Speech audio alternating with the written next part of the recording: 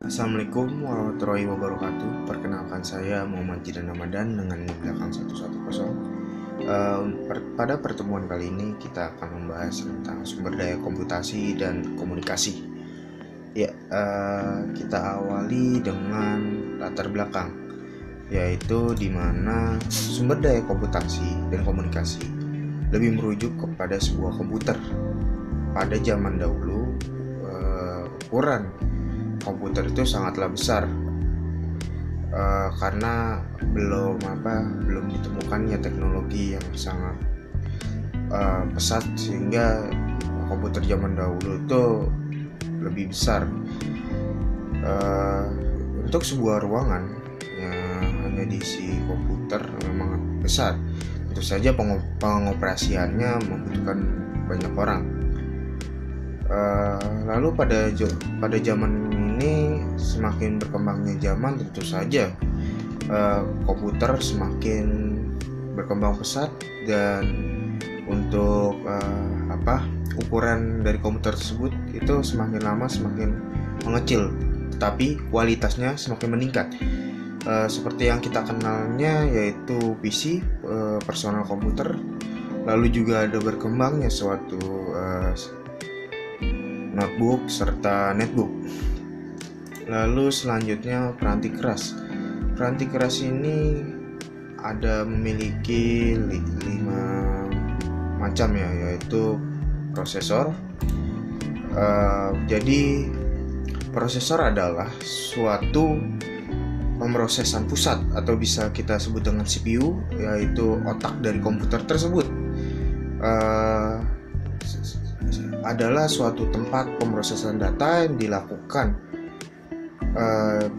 CPU itu berbagai jenis, ada Intel, ada AMD, GeForce, dan segala macam lainnya.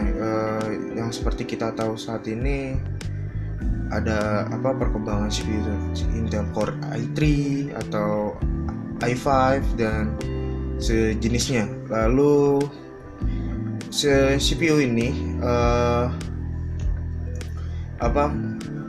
kecepatan prosesor diukur dari jumlah siklus yang terjadi per detiknya. Jadi semakin bagus prosesor tersebut, otomatis semakin cepat dalam penginputan.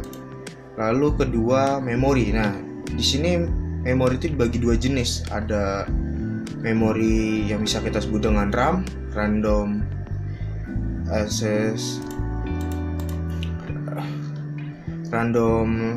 memory, dan ruang penyimpanan. Jadi ini sangat berbeda ya. Jadi untuk memori yang kita akan jelaskan, yaitu RAM, mengacu kepada area penyimpanan terhadap papan sirkuit komputer. Memori juga rentan datanya akan hilang kalau daya komputer tersebut dimatikan. Lalu selanjutnya ruang penyimpanan. Ruang penyimpanan adalah suatu istilahnya ruang untuk menyimpan data-data tersebut. Ruang penyimpanan juga ada dua jenis, yaitu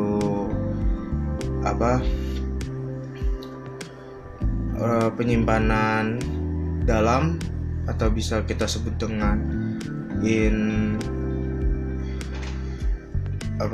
istilahnya kita sebut sebagai ruang penyimpanan dalam, dan serta penyimpanan luar, atau bisa kita bilang bisa dilepaskan dari komputer tersebut. Seperti contohnya ruang penyimpanan yang dalam itu seperti hard disk ya. Hard disk cuman sekarang juga ada yang output juga. Jadi terus juga ada flash disk, CD, dan sejenis itunya. Lalu selanjutnya alat input dan output. Tentu saja komputer tidak akan berjalan tanpa adanya alat input dan output. Alat input itu istilahnya data yang diterima mengacu pada input yang diisi oleh seseorang. Seperti halnya kita mengetik, otomatis butuh keyboard. Untuk mengeklik, otomatis kita butuh mouse. Lalu agar komputer itu jalan, tentu saja kita butuh yang namanya itu eh, bisa RAM, motherboard, lalu dan masih banyak lainnya itu. Lalu untuk alat output adalah kalau komputer itu pasti kita membutuhkan monitor. Tidak mungkin kita gak butuh monitor, karena kan untuk melihat layarnya bagaimana kalau tidak ada monitor. Lalu untuk perkantoran biasanya printer ya. Lalu selanjutnya multimedia, yaitu evolusi utama dari input dan output adalah menuju ke arah multimedia, penggunaan lebih dari satu media pada saat yang sama. Sebagian besar pengguna komputer tidak akan mendapatkan akses ada sistem berbasis komputer jika tidak tersedia multimedia. Lalu selanjutnya yaitu alat-alat komputasi pribadi. Jadi alat komputasi pribadi ada 4: telepon seluler dengan pesan video interaktif, telepon seluler cerdas, jaringan rumah, dan keamanan komunikasi. Komputasi.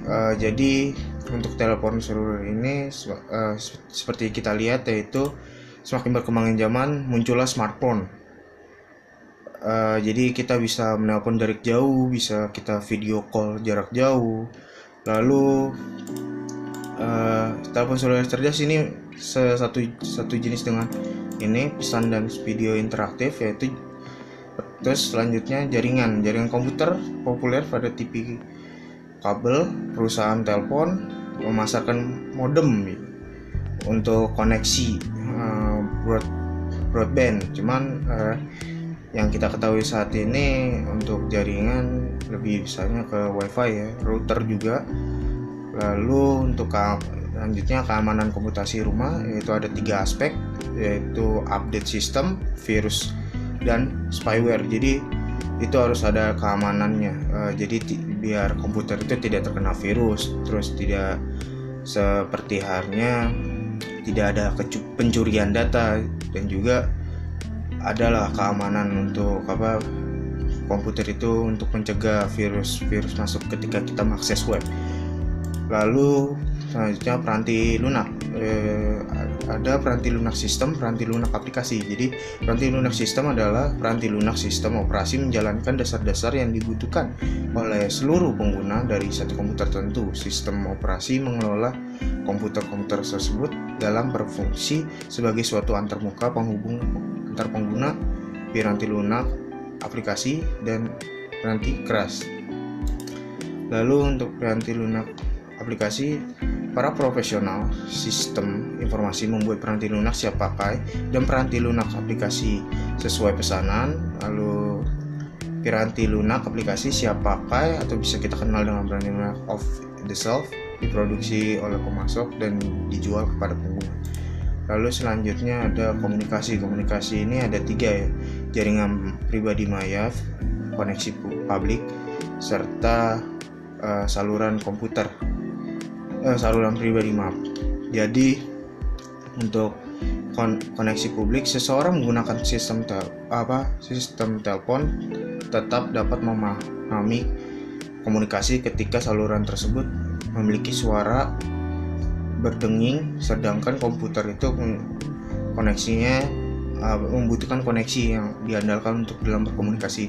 Lalu saluran pribadi suatu sirkuit yang selalu terbuka untuk lalu lintas komunikasi. Jadi kayak penyedia umum layanan umum ya. Jadi ada saluran pribadi. Lalu jaringan pribadi maya, jaringan di mana organisasi terhubung antara satu dan lain. Jadi jaringan pribadi maya itu di dalam virtual ya. Lalu selanjutnya jenis-jenis jaringan, ada jaringan area lokal, jaringan area metropolitan, dan jaringan luas, dan internet. Kita sudah paham ya dengan hal tersebut ya. Lalu konvergensi, komputasi, dan komunikasi. Jadi alat-alat komunikasi ini menyediakan fitur yang dimiliki antara keduanya. Kemungkinan dibatasi oleh usia baterai, kecepatan, dan serta pun keamanan. Lalu voice over itu menjadi media suara melalui internet, seperti komunikasi digital. Sekian dari saya. Wassalamualaikum warahmatullahi wabarakatuh.